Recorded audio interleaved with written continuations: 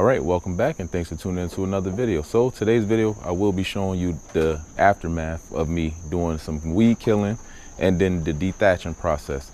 Then I'll be explaining to you what I'll be doing next. So stay tuned and let's go over this process right now. As you can see here, my lawn is beat up very, very bad. Take a look at that. That was from me killing off that POA using that glyphosate by Roundup, the weed and grass killer. That will kill off everything. Actually killed out some of my good grass also, but I didn't really mind at this point because we're heading into the fall time. So it's time for the overseed process. So all of this will grow back, but I had to get rid of that POA.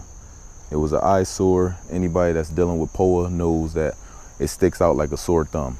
Your lawn is very, very green, and then you'll have those little green, light green seed heads, like clump grass in the middle of everything, and it's eyesore. So everything I actually went ahead and I dug out a bunch of it early spring and replanted some seeds. So I got rid of majority of it, but I still had some spots, and I was like, yes, I'm gonna wait until the off season here, till fall time, the renovation process, and overseed everything. And as you can see, this is the aftermath. So came out, sprayed the glyphosate, killed it off, dethatched it, cut the lawn down short. Is about 2 inches right now currently, as you can see. So it's a little bit beat up, but it's all right. So now that your lawn has already been dethatched, you killed off the weeds, that's what you want to do before you start to overseed. You want to make sure you handle those two things, whether you're going to aerate or dethatch. This year I chose to dethatch because last year I aerate, so I normally rotate it. I'll do one year, one the next year.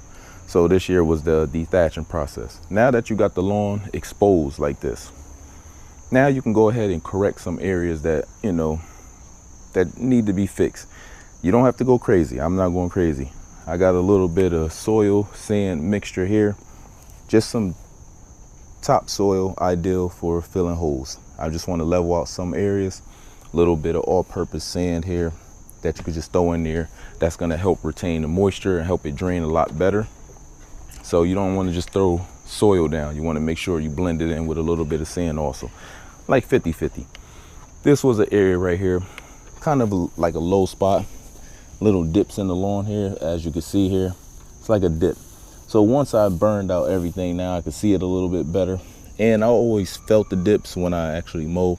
It's a little bumpy and stuff like that. Like as you can see right here, let's get down. You can see it's like a little groove process here. So when you cutting, you'll cut one area and it'll still be high, and you'll fall into a groove and kind of scalp another area. So this is the perfect time to do these little fixes right now. So I'm gonna dump down a little bit of this mixture that I mixed up and just level it out with a little level and rake here. And I'm not gonna go crazy and try to do the whole lawn right now. If you was to order some soil to get delivered, it'd be too much. I'm not trying to spend thousands of dollars trying to level this out. I just want to level out a few areas just for personal benefits, because like a little dip right here, when I'm walking, mowing the grass, my foot falls down in here, and you know, you can kind of roll your ankle. It's kind of a little hazardous, dangerous. So I did it a few times, walking, mowing, and then fall into a little dip and roll the ankle. I'm too old to be doing that right now. Don't want to do that. So little areas like this right here, I'm gonna throw a little bit of that soil sand mixture and level it out best as I can, but nothing too crazy. As you can see, another part right here. So best time. And then also I wanted to correct this area. If you guys remember, I always have a problem with keeping grass every season in this area growing back. It'll be here all season long, and then once the new year come in with spring, this area would not come back. So I'm going to use a little bit of that soil sand mixture here and help get a little bit of extra draining right here, because this area of my lawn stays moist. It's the way my lawn, like I said, it slopes a little bit here and water kind of piles up right here. So I'm gonna see if that sand will help it drain out a little bit better and add some topsoil too. So got my work cut out for me, but this is what you want to do. This is the process you want to do right now during this fall renovation or overseeding process. You correct a lot of areas that you couldn't correct in the spring. Now, I don't really recommend doing this process in the springtime, because it's kind of tricky. When you're seeding the lawn in the spring, you're racing against time because summer is coming. You want to make sure you get your roots strong enough. Now, if you could seed a little area, I don't recommend seeding a whole lawn in the summer, or I mean in the springtime, because like I said, you're racing against summertime.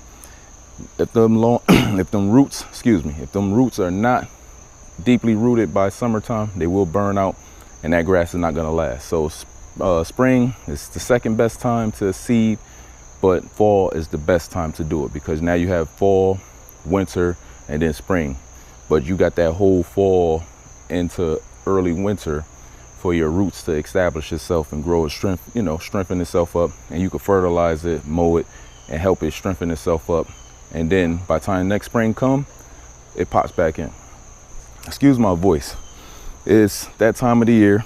I am a fantasy football guy, so we had my fantasy football draft yesterday, so I was kind of screaming and yelling all day.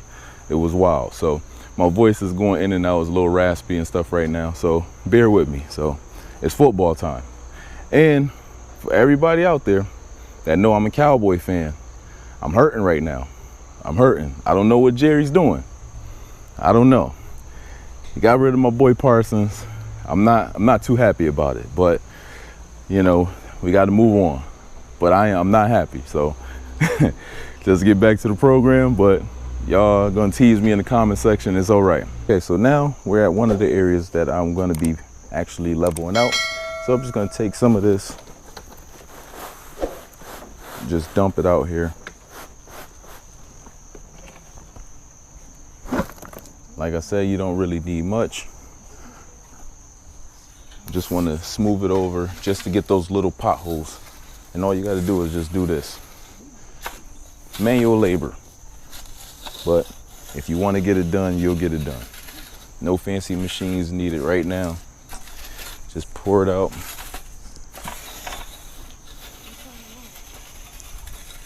And it doesn't need to be perfect because it will settle in. You're just raising up those low spots.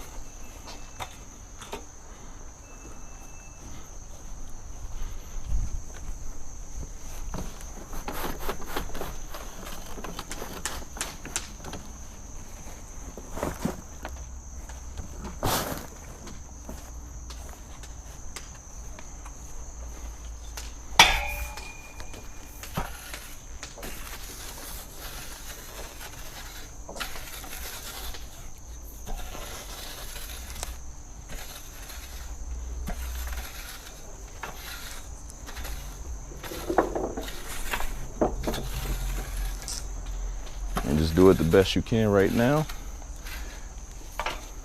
And you can test it out, walk on it a little bit. That's pretty good for me.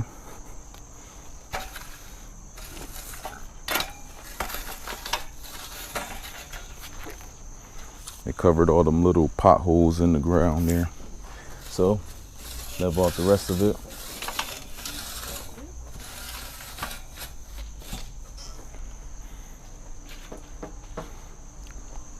It's not bad for me. It's pretty good. Now you can walk on it, level it out some more if you want, but it will settle in once you start watering.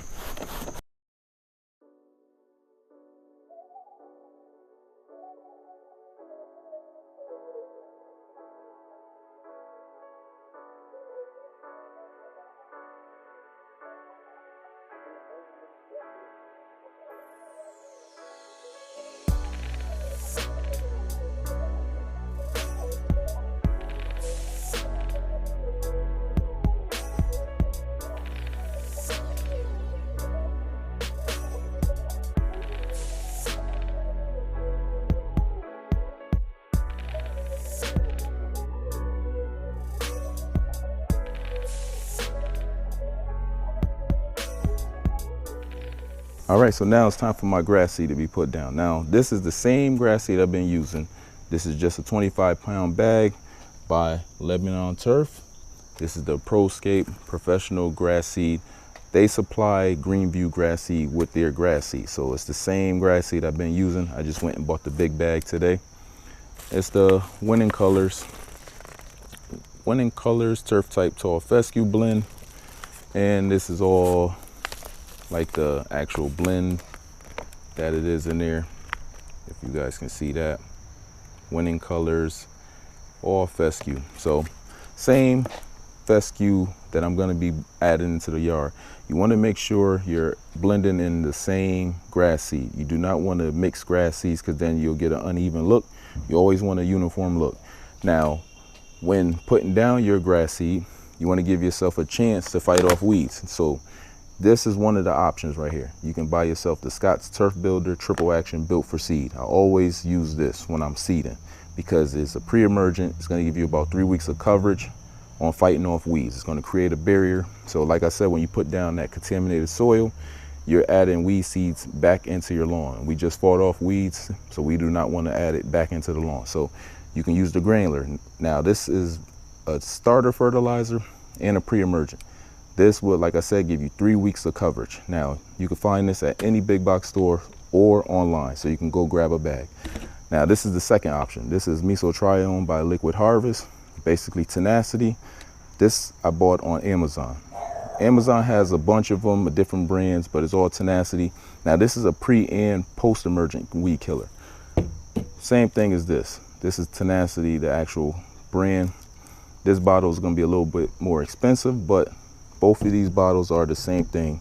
But many different companies supply the active ingredient Mesotrione, so pick one and find the cheapest one. They all work the same. But like I said, the granular fertilizer is a fertilizer for your grass seed and a pre-emergent. This is just a pre and post-emergent. This one, if you have weeds in the lawn already active, this will not kill it. This only prevents weeds. So don't think you're going to put this down and it's going to kill weeds, because it's not. It's just a pre-emergent and a starter fertilizer all in one. So let's go ahead and get the grass seed down now. So basically the same grass seed. I'm going to use this one first and then I'll put this one on top. So let's go ahead and finish this up.